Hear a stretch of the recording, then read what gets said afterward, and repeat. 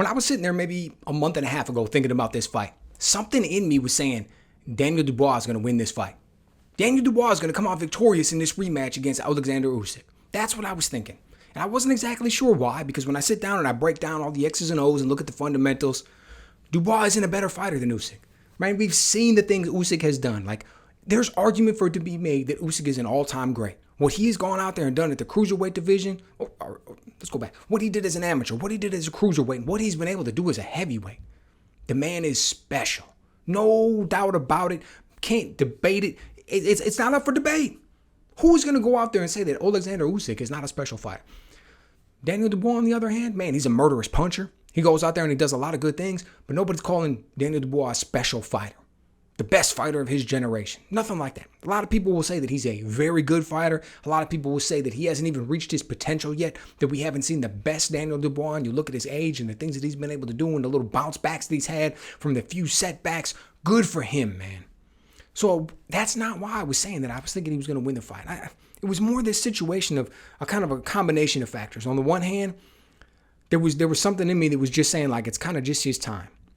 Like, he's good enough and he can do enough things that if the dice roll the right way, he could beat anybody on any given night. And part of me was just thinking it was his time. And the other part of me was saying, like, what's left for Usyk, man? Like, how does this dude get up for the fight, right? Well, like, you look at what he did against Anthony Joshua, and then you look at those two fights against Tyson Fury. I mean, it was like an emotional roller coaster, dude. It was like one of these just massive events. And he went out there and it was like a coronation in the way that people were treating him and the level that he had reached. And you saw after that first fight when he beat Fury, he in the ring, he was getting emotional. He said, Tyson, I've been studying you for 10 years. For 10 years, I've been thinking about what's going to happen when I get in the ring with you and what I'm going to do. Right? So you knew that there was just so much wrapped up into it. Then on top of that, you've got the war going on in his home country and everything else, and the kind of emotional turmoil and stress that must put on the man. So I was looking at all of those things, and I was thinking, like, man, Dubois is going to come out with this. But as the fight gets closer, I do what I do, which is handicapping the fight. And as I sit down here and start to break down these X's and O's and start to look at everything, there is no way in the world I could pick Daniel Dubois to win this fight, man. Like, sure, he may win. Yes, he may come out and be victorious. But when I'm sitting here today, I need to analyze everything that I see. I need to take everything into consideration, everything I've seen in the past, everything I've seen from these guys, all the trends and the way things go in the human psychology factor and all of the ins and outs and just everything that I can possibly imagine. And I've got to take all that and put it together, and I have to sit here and I have to make a prediction. And other than getting lucky, other than a lucky punch, and you know what, maybe one won't even say it's lucky because, like, look, the way that he, in that first fight, he showed exactly what a big part of his game plan is, and that was in that fight, it's going to be in this one, I imagine, which is getting underneath that left hand and then trying to turn around and rip a right uppercut.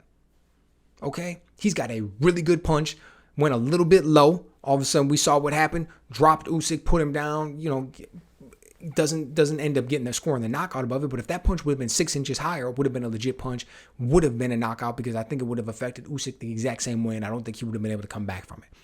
Nevertheless, man, kind of woulda, coulda, shoulda, right? But he does that. That will be a technique that he uses, and I imagine he'll be using it to, with some success. But when you sit and you watch that fight, Usyk was doing almost whatever he wanted. He was crushing Dubois with the jab. He was catching him with good, solid left hands. He was moving any way that he wanted, and Dubois was not able to get off at all. Dude, there was a lot of times when Dubois was getting caught so cleanly with the jab, he wasn't even moving. It was like he didn't see it. They were standing at distance. And all of a sudden, he would just get his head snapped back. He wouldn't try to parry but miss it. He wouldn't start to move his head off the line a little bit but kind of just be a little bit late and get caught with the jab. It would be like he was getting caught standing still, man. I mean, Usyk is just the way that he uses that front hand movement, right, and keeps everybody guessing and wondering what he's going to do, and the way that he uses his foot feints and the misdirection and the deception that he uses in his game. The man's special. And that ring IQ that he has, none of that is going anywhere. So even if his reflexes slip a little bit, foot speed slips a little bit, focus slips a little bit, he doesn't fight like Manny Pacquiao, where he needs the explosiveness and the youth and the speed and the incredible cardio and everything else to beat guys. He beats you because he's better up here and his body can execute everything that his mind tells him to. But he's an incredibly cerebrally smart, The man is incredibly smart, right? Ring IQ through the roof. Daniel Dubois is not going to go out and beat him. He's not going to win this fight, right? So you go out here and you look at this line. Guess what? Vegas has got this one right too, and there's value to be had in this line.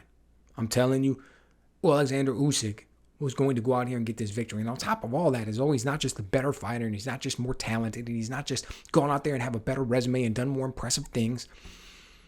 Look at the extra motivation that he's getting in the build-up to this one. Look at Don Charles out there trying to push his buttons and see what he can do to try to rile up Usyk, as though he's not a man who is just rock solid mentally. Oleksandr Usyk all day. Tell me where I'm getting this one wrong, guys. Tell me where I'm not seeing what's really there. Tell me about how Daniel Dubois is going to be able to come out victorious in this one, because other than a lucky punch, seriously, man, other than what we would have to classify as luck, because he is just not the better fighter. Tell me what I'm missing. Tell me what you guys see.